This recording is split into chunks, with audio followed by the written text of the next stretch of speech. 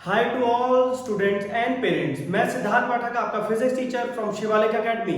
आज हम next lecture continue करेंगे इलेक्ट्रोस्टैटिक्स का, that is continuous charge distribution. ये थोड़ा सा थ्योरेटिकल पार्ट है, न्यूमेरिकल पार्ट इस पे कम है।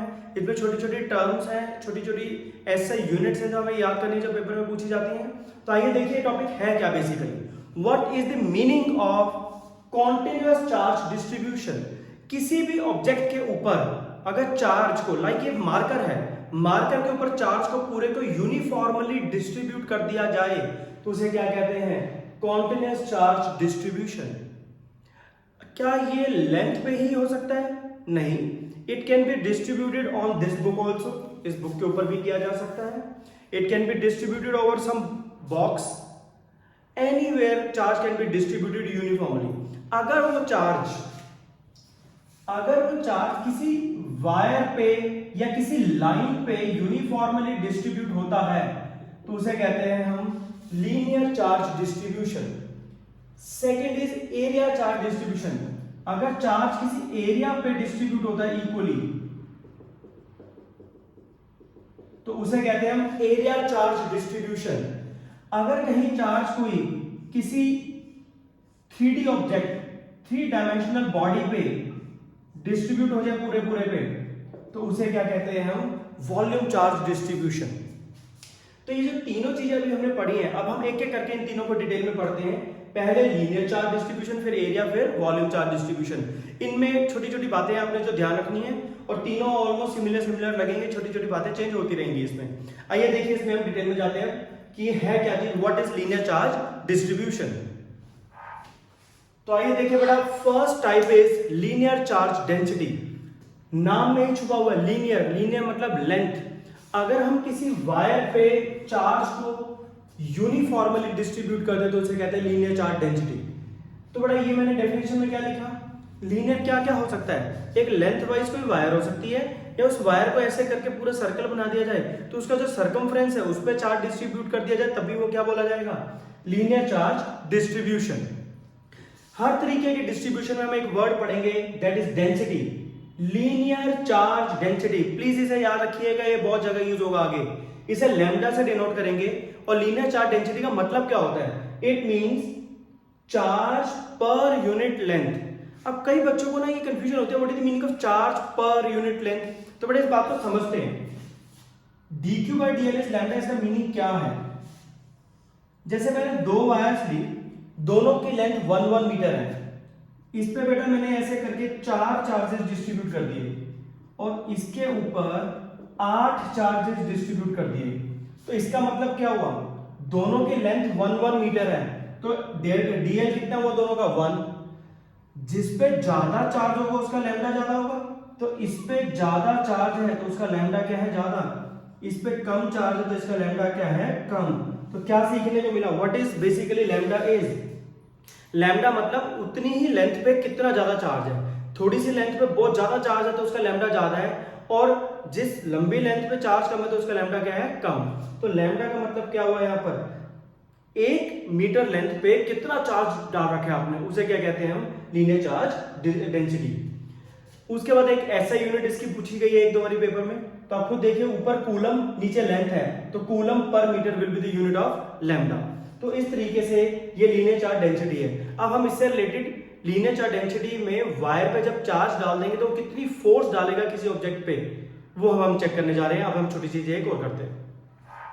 तो आइए अब हम एक वायर जिस पे चार्ज यूनिफॉर्मली डिस्ट्रीब्यूटेड है उसकी वजह से कितनी फोर्स लगेगी, इलेक्ट्रोस्टैटिक फोर्स एक पर्टिकुलर डिस्टेंस में, वो निकालने जा रहे हैं। क्या कहना चाह रहा हूं मैं, ध्यान से देखिए। मान लो ये एक वायर है, इस पे पूरे पे हमने कौन सा चार्ज डिस्ट्रीब्यूट कर दिया? प्लस का पॉजिटिव चार्ज। ठीक बेटा, इस पूरे पे जो टोटल पॉजिटिव चार्ज है वो है Q। मान लो एक छोटी सी दूरी पे जाके हमने एक पॉइंट ले लिया। आपको एक याद आएगा, फर्स्ट लेक्चर्स में बात की थी हमने, उस पॉइंट पर जहां पे भी आपने किसी फोर्स का इफेक्ट चेक करना है वहां पे हम किसको बिठाते हैं? Test charge. और याद करिए टेस्ट चार्ज की वैल्यू क्या होती थी? +1 यूनिट पॉजिटिव। तो ये पॉजिटिव चार्ज है, वैल्यू 1 है इसकी।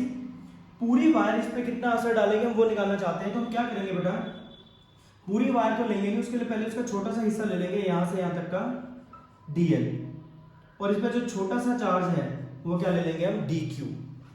अब आप बताइए बेटा ये छोटा सा चार्ज dq, ये भी चार्ज, तो दोनों चार्जेस हैं और दोनों प्लस के हैं, तो ये वाला उसको रिपेल करेगा, तो छोटा सा चार्ज छोटी सी फोर्स लगाएगा, दैट इज df।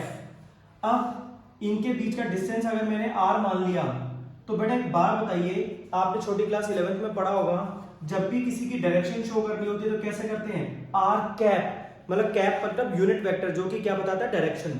तो फोर्स की डायरेक्शन ऊपर की तरफ है, तो मैं इसमें फोर्स का फॉर्मूला लिखना चाहूं तो कैसे लिखूंगा मैं, df is 1/4 pi epsilon not q1 q2, q1 ये है q2 ये है, तो ये क्या हो जाएगा dq into Q not upon R square. अगर मैं इसको वेक्टर की तरह लेके चलता हूं तो बेटा वेक्टर लिया है तो डायरेक्शन भी लिखनी पड़ेगी मैग्नीट्यूड के साथ, और डायरेक्शन क्या है आप लोगों की यहां पर, आर कैप, तो डायरेक्शन इज आर कैप। तो बेटा ये हमारा एक फॉर्मूला छोटा सा आया, लेकिन अभी काम पूरा नहीं हुआ। अभी आप देखिए कैसे, अभी हमने एक लैम्डा पढ़ा था, लैम्डा क्या था, dq बाय dl, तो बेटा dq क्या हो जाएगा, लैम्डा dl। तो एक काम करते हैं, इस फॉर्मूले में df is 1/4 pi epsilon not, ये जो q नॉट है वो इसके साथ अलग ऊपर लिख देता हूं मैं, और उसके बाद बचा क्या बेटा, dq by R square R cap. अच्छा एक बात पूछूं आपसे, ये तो df है, छोटी सी फोर्स है, पूरी फोर्स निकालनी है तो क्या करेंगे आप, integrating both sides, q not upon 4 pi epsilon not dq upon में r square into r cap. बेटा मुझे एक बात बताइए, ये क्यों लिखा मैंने, ये इसलिए लिखा कि मैं इस dq को किससे रिप्लेस करके लिख सकता हूं, लैम्डा dl। तो ये हमारा एक छोटा सा फॉर्मूला आया कि अगर हमें फोर्स निकालनी है एक वायर की वजह से एक पर्टिकुलर डिस्टेंस पे जाके, तो कितनी फोर्स होगी उसके लिए फॉर्मूला ड्राइव किया। बुक्स में जब आप इसको देखते हो तो इसके नीचे ऐसे करके कैपिटल L लिखा होता है ना, what is the meaning of capital L, capital L मतलब इस पूरे की लेंथ कितनी है। अभी तो छोटी सी लेंथ dl ली है ना आपने, छोटी सी लेंथ dl ली है, जब इंटीग्रेट कर देंगे तो dl dl dl dl सारे जोड़ के क्या हो जाएगा, पूरा L हो जाएगा। तो ये थी force by a linear wire which is carrying uniformly distributed positive charge on it. अब हम करेंगे एरिया चार्ज डिस्ट्रीब्यूशन। तो बड़ा नेक्स्ट टाइप अब शुरू करते हैं, एरिया या सरफेस चार्ज डिस्ट्रीब्यूशन, नाम में छुपा हुआ है। What is the meaning of surface, किसी भी एरिया पर चार्ज डिस्ट्रीब्यूट कर दिया जाए यूनिफॉर्मली तो उसे कहते हैं सरफेस चार्ज डिस्ट्रीब्यूशन। ना बेटा जैसे अभी आपने लीनियर चार्ज डेंसिटी पढ़ा था, वैसे यहां पे क्या पढ़ेंगे आप, सरफेस चार्ज डेंसिटी। ये क्या चीज हुई है बेटा, देखो वहां पे अभी आपने इसको डिनोट करेंगे हम किससे, सिग्मा से, वो किससे डिनोट किया था, लैम्डा से, वो था dq बाय dl, वो लेंथ से डिवाइडेड था, ये किससे डिवाइडेड है यहाँ पर, एरिया से।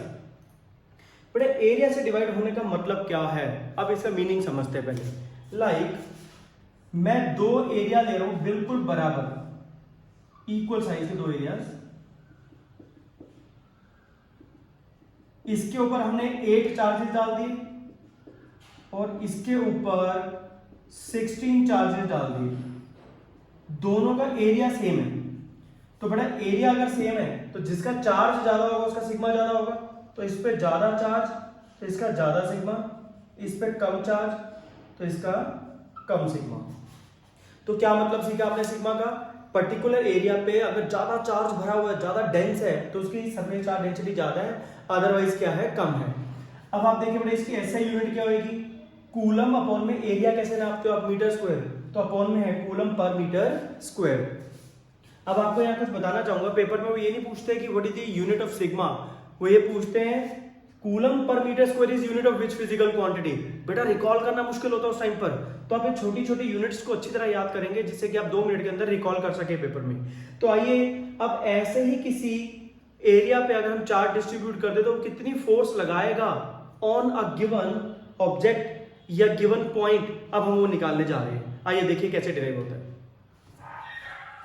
तो बेटा अब हम क्या करेंगे, एक पर्टिकुलर एरिया ले लेंगे और इसका सरफेस एरिया एस है, इस पूरे पे हमने क्या चार्ज डिस्ट्रीब्यूट कर दिया, पॉजिटिव चार्ज डिस्ट्रीब्यूट कर दिया यूनिफॉर्मली लाइक दिस।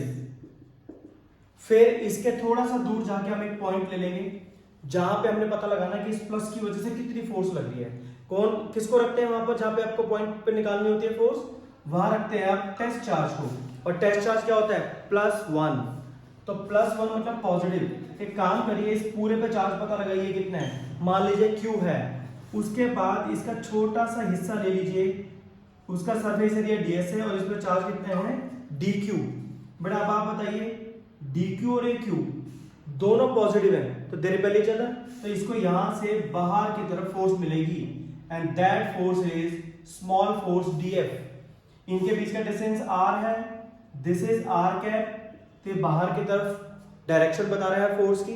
तो बिल्कुल सेम वैसे प्रोसीजर लग रहा है जो 2 मिनट पहले किया हमने। तो बेटा यहां पर what will be df 1/4πε0 q0 dq upon r square, q0 dq upon में r स्क्वायर। जब वेक्टर का साइन लगाया था पूरे के साथ डायरेक्शन भी लगानी होती है आपको, तो डायरेक्शन क्या लगेगी आपको वहां पर, r कैप। तो बेटा ये जो पूरा भी हमने लिखा, अब इसके साथ फिर वही काम करते हैं। अगर मैं आपसे पूछूं बेटा मुझे सिग्मा बताइए क्या होता है, सिग्मा होता है dq/ds। तो what is dq, sigma ds। तो यहां पे पुट कर दीजिए df इज 1/4πε0 q0 इस dq की जगह रख दीजिए sigma ds upon r square into r cap. तो बेटा ये तो छोटी सी फोर्स है dq की वजह से, पूरे की वजह से कितनी फोर्स होगी, उसके लिए आप क्या करेंगे, इंटीग्रेटिंग बोथ साइड्स।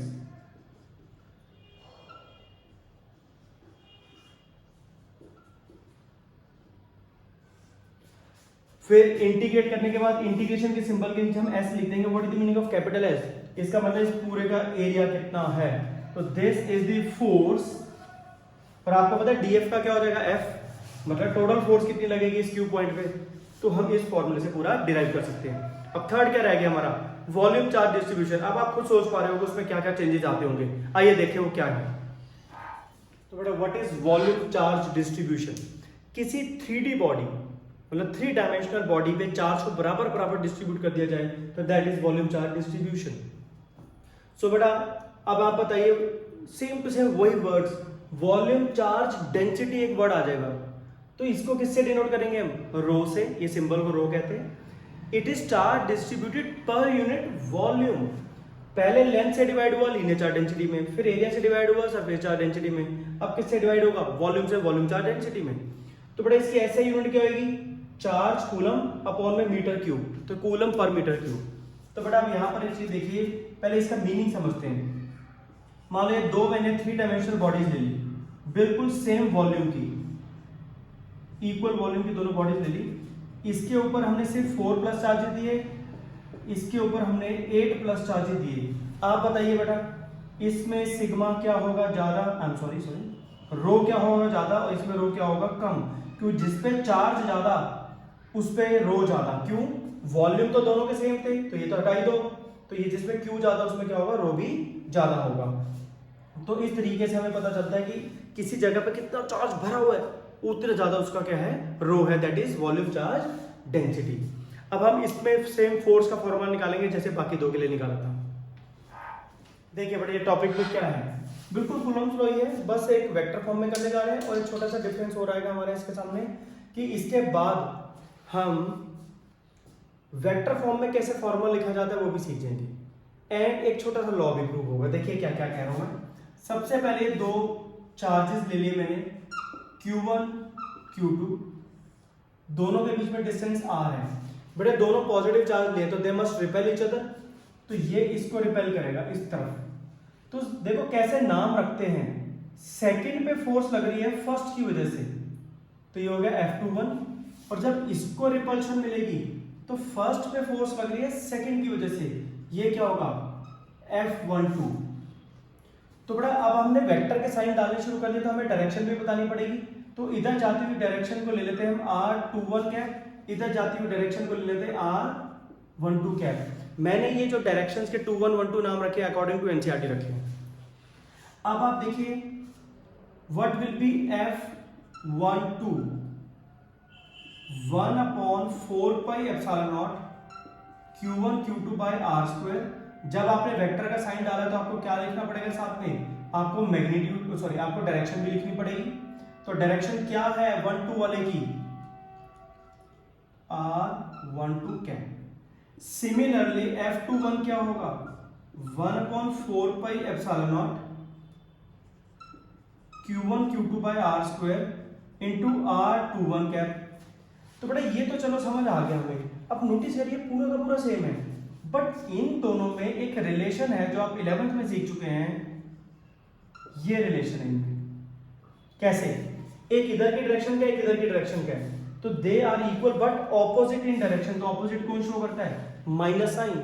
तो बेटा ये दोनों में पूरा पूरा सेम है, तो इनमें अगर ये रिलेशन है तो F वाले में भी रिलेशन यही होगा, F12 is equal to minus of F21। तो क्या प्रूव हो गया, एक तो लॉ सीख लिया आपने again with the help of vector form. Second यहां देखो बेटा क्या निकल के आया, action and reaction are equal and opposite, Newton third law. तो हमें पता चल गया कि जो कूलम्स लॉ है,